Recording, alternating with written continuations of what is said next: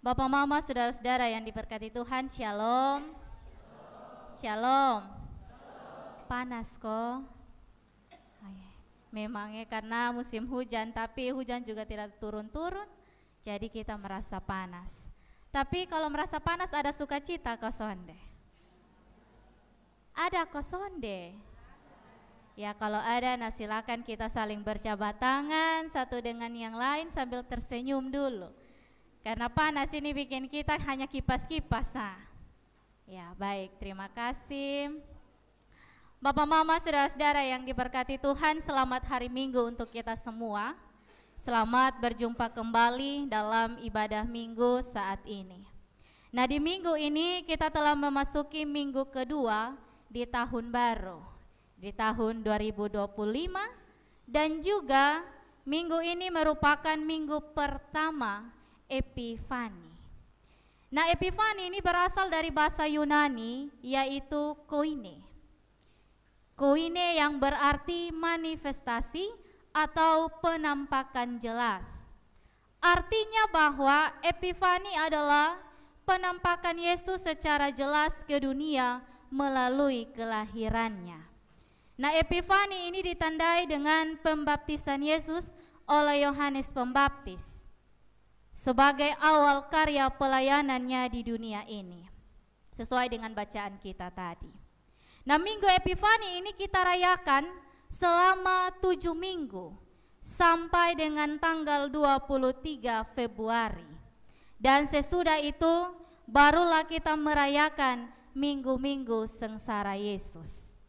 Nah Bapak, Mama, saudara-saudara yang diberkati Tuhan, ada 2 hal yang gereja dan orang percaya renungkan selama perayaan Minggu Epifani, yaitu yang pertama, Tuhan berkenan menampakkan kemuliaannya kepada manusia, dan yang kedua adalah tanggapan manusia atas firman yang telah ia dengar.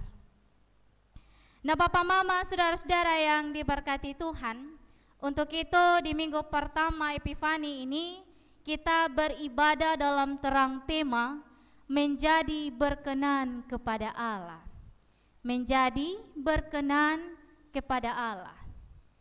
Nah dari tema ini Bapak, Mama, ada pertanyaan bagi kita untuk kita renungkan bersama selama perenungan ini, yaitu di dalam menjalani kehidupan ini ada 2 pilihan yang harus kita pilih, yaitu yang pertama, mau pilih mengikut Tuhan atau mau pilih mengikut iblis atau biasa disebut setan. Mau pilih Tuhan atau mau pilih iblis. Nah kedua hal ini tentu ada konsekuensinya. Ketika kita memilih Tuhan ada konsekuensinya juga, dan kita memilih iblis juga ada konsekuensi.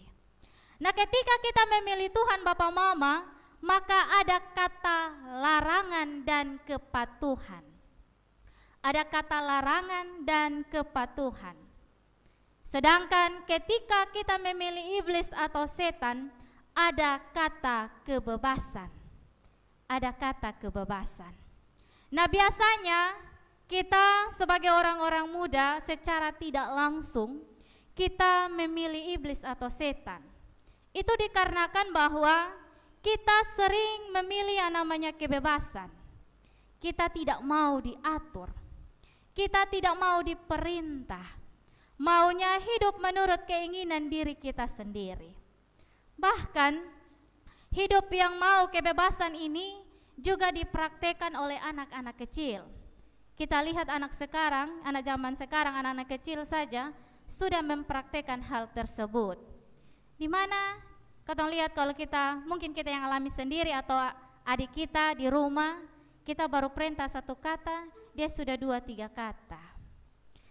Bilang ambil ini, dia bilang tunggu dulu. Atau di dalam hati dia bilang persetan doh. Itu sendiri secara tidak langsung kita sudah memilih iblis. Namun tak jarang juga dipungkiri bahwa di zaman sekarang ini ada yang memilih kepatuhan atau memilih Tuhan. Artinya mereka menjadi anak yang mengikuti apa yang diperintahkan Tuhan. Bukan saja apa yang diperintahkan Tuhan, tetapi apa yang diperintahkan oleh orang tua, keluarga, ia selalu ikut. Nah, Bapak, Mama, saudara-saudara yang diberkati Tuhan, mari kita renungkan kita ini di pilihan yang mana. Selama menjalani kehidupan ini, kita sudah pilih Tuhan atau sudah kita pilih iblis atau kedua-duanya. Kadang kita punya mood baik, kita bilang kita pilih Tuhan dulu. Kadang mood sonde baik, kita pilih iblis dulu. Kita mari renungkan kita ada di pilihan yang mana. Nah, Bapak, Mama, saudara-saudara yang diberkati Tuhan, larangan atau kepatuhan dan kebebasan ini akan kita membahasnya dalam bacaan kita saat ini, di mana ada terdapat 2 perikop dari bacaan kita, yaitu yang pertama tentang Yohanes Pembaptis yang membaptiskan Yesus dan pencobaan Yesus di padang gurun. Nah, 2 peristiwa penting ini memperlihatkan bagaimana Yesus sebelum memulai pelayanannya, di mana Allah terlebih dahulu meneguhkan identitas Yesus melalui pembaptisan yang dilakukan oleh Yohanes Pembaptis. Di perikop kita yang pertama, ayat 9 hingga ayat yang ke-11. Dan Allah meneguhkan mental Yesus melalui pencobaan di padang gurun selama 40 hari lamanya, yaitu di ayat yang ke-12 hingga ayat yang ke-13.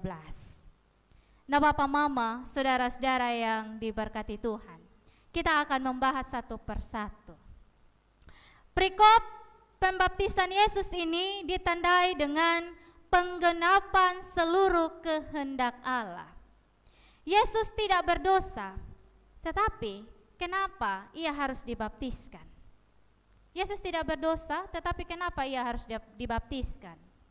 Itu karena bahwa pembaptisan Yesus ini terjadi sebagai wujud solidaritas terhadap manusia yang berdosa. Untuk itu, sebagai anak Allah, Yesus taat terhadap apa yang dikatakan oleh Bapanya, sehingga ia mau dibaptiskan. Dan Yohanes Pembaptis juga melakukan apa yang menjadi panggilannya. Nah, yang membedakan Yesus dengan manusia lainnya ketika dibaptis oleh Yohanes Pembaptis adalah setelah Yesus dibaptiskan, tergoyaklah langit dan roh seperti burung merpati turun ke atasnya. Nah, peristiwa tergoyaklah langit adalah menggambarkan tidak ada lagi penghalang antara manusia dan Allah. Tidak ada lagi penghalang antara manusia dan Allah. Allah telah tinggal di antara manusia dan menjadi semua hal yang dilakukan oleh manusia.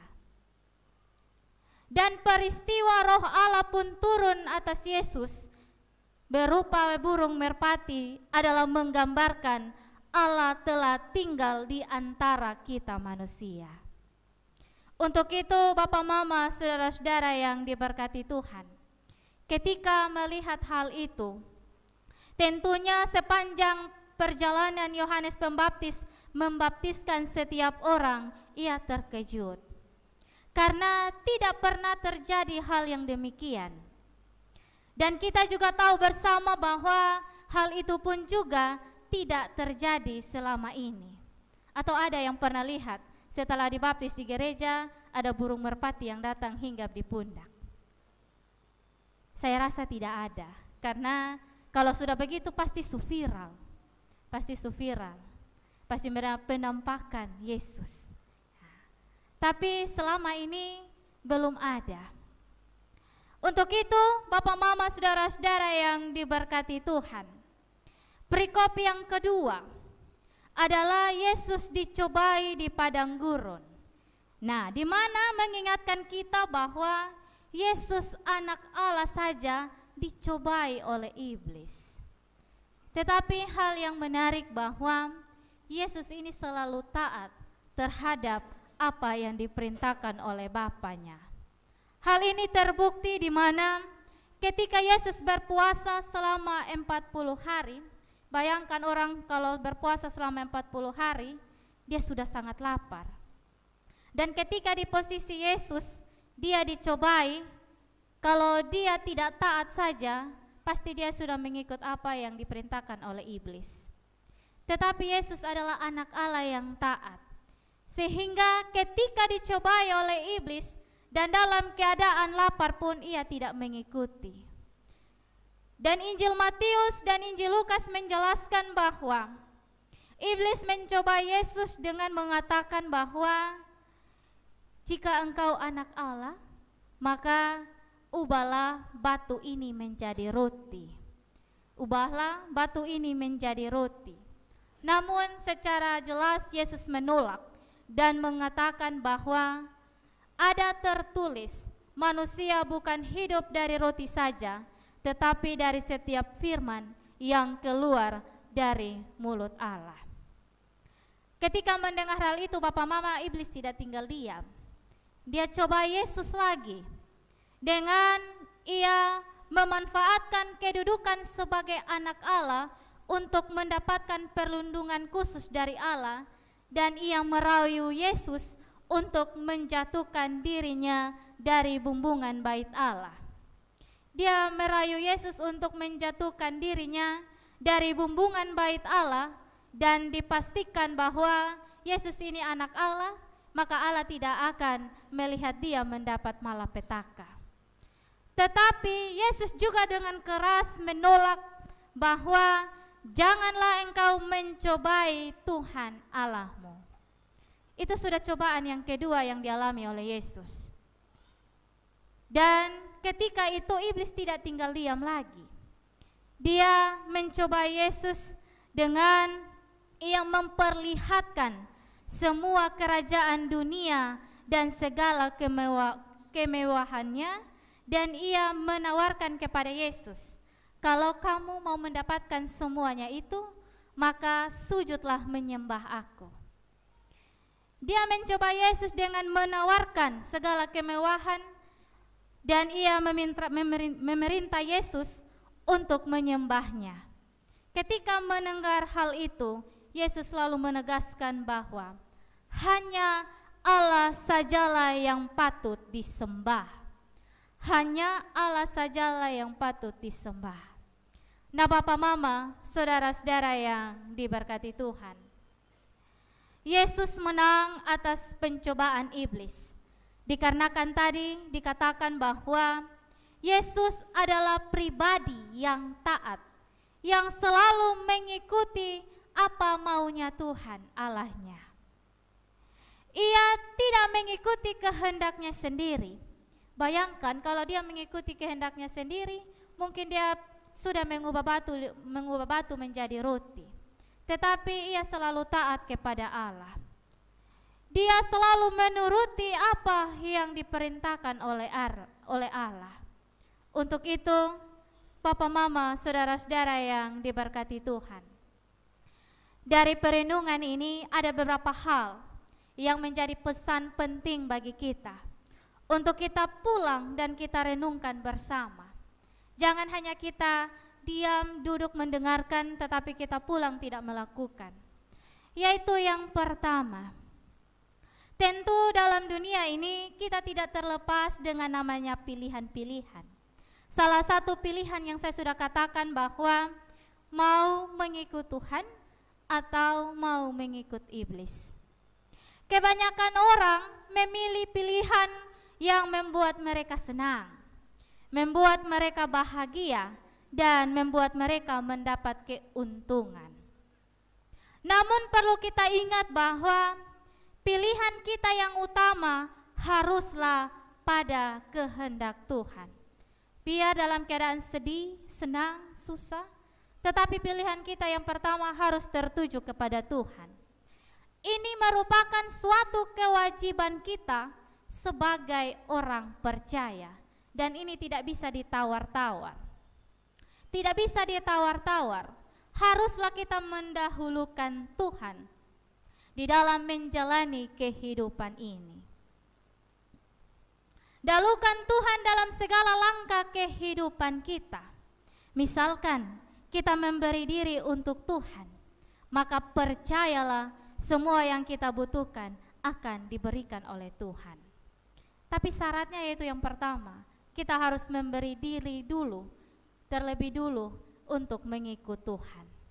Hal yang kedua, Bapak Mama, saudara-saudara yang diberkati Tuhan, rayuan iblis ini kepada kita biasanya datang pada saat kita mendapat masalah. Datang di saat kita mendapat cobaan, kesusahan, penderitaan, bahkan sakit penyakit. Rayuan iblis ini biasanya masuk dalam pertahanan iman kita. Seperti mungkin kita sudah dengar bahwa kemarin ada kasus bunuh diri, dan hari ini juga ada kasus bunuh diri di Rote tadi pagi. Itu karena mereka mendapat masalah, cobaan, tetapi mereka tidak lari ke Tuhan. Mereka lari ke iblis, lalu mereka mengambil jalan pintas, lalu gantung diri. Nah, Papa Mama, hal ini menjadi miris bagi kita. Apalagi kita sebagai pemuda-pemudi, ketika kita mendapat masalah, jangan kita mengambil langkah yang pendek atau mencari jalan pintas. Tetapi ketika kita ada dalam tangan Tuhan, kita mendahulukan Tuhan, apa saja masalah kita, semuanya akan diselesaikan. Semuanya akan dapat jalan keluar. Untuk itu, ini menjadi pesan bagi kita. Sudah ada dua kasus menjadi pelajaran bagi kita, bahwa mari kita selalu mengandalkan Tuhan di dalam situasi kehidupan kita. Apapun yang kita alami, mari kita selalu mengandalkan Tuhan. Bapak Mama, saudara-saudara yang diberkati Tuhan. Hal yang ketiga, pilihan untuk hidup bersama Tuhan berarti bahwa kita harus hidup menjadi anak-anak yang taat. Seperti tadi Yesus sudah praktekkan, ia menjadi anak yang taat. Menjadi pribadi yang selalu mengikuti apa yang dikehendaki oleh Allah. Jangan sekali-kali kita mengikuti kehendak kita sendiri. Jangan sekali-kali kita mengandalkan kemampuan diri kita sendiri. Berujungnya seperti cerita tadi, dua orang itu. Mari kita selalu mengandalkan Tuhan. Dan terlebih lagi, mari kita menjadi anak-anak yang taat. Dikatakan bahwa kita hidup di dalam Yesus, bukan berarti kita terbebas dari namanya cobaan. Bukan kita hidup bersama Yesus, kita terbebas dari namanya tantangan hidup. Tetapi kita sebagai orang percaya, kita diingatkan untuk selalu mendekatkan diri kepada Yesus. Karena setiap hari dalam kehidupan ini pasti ada tantangan-tantangan. Tetapi sebagai orang yang percaya kepada Tuhan, kita hidup di dalam Tuhan, kita hidup di dalam Allah, semuanya itu dapat kita selesaikan dengan baik.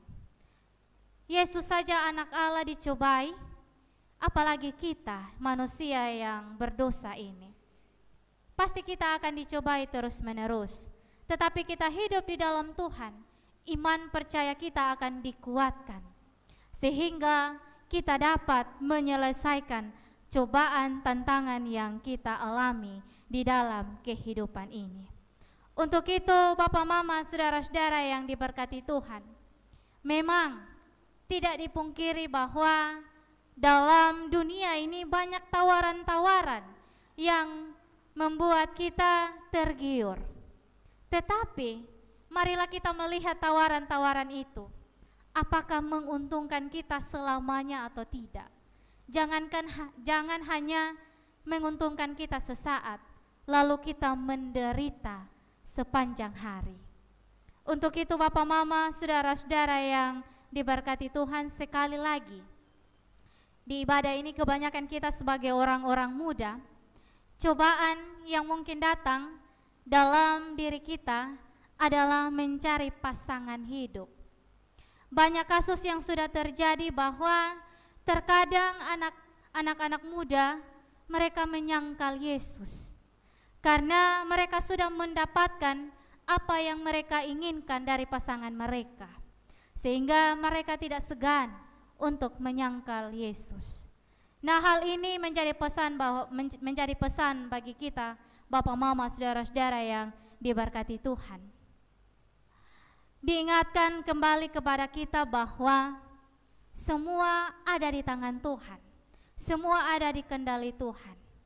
Untuk itu, mari kita taruh segala pergumulan kita, taruh segala cobaan kita kepada Tuhan, dan percayalah setiap pergumulan hidup kita, Tuhan akan menjawabnya seturut dengan kehendaknya. Amin ko? Amin. Jangan kita terlena dengan tawaran-tawaran sesaat, tetapi mari kita selalu mengandalkan diri kita untuk mengikuti apa yang Tuhan mau. Untuk itu, Bapak, Mama, saudara-saudara yang diberkati Tuhan, menjadi yang berkenan kepada Allah sudah dibuktikan oleh Yesus melalui bacaan kita pada saat ini, yaitu Yesus menolak berbagai macam tawaran-tawaran yang ditawarkan oleh iblis. Untuk itu, kita juga sebagai orang percaya, anak-anak Allah, mari berkata tidak terhadap tawaran-tawaran yang hanya sesaat. Tuhan memberkati kita lewat firman-Nya. Amin.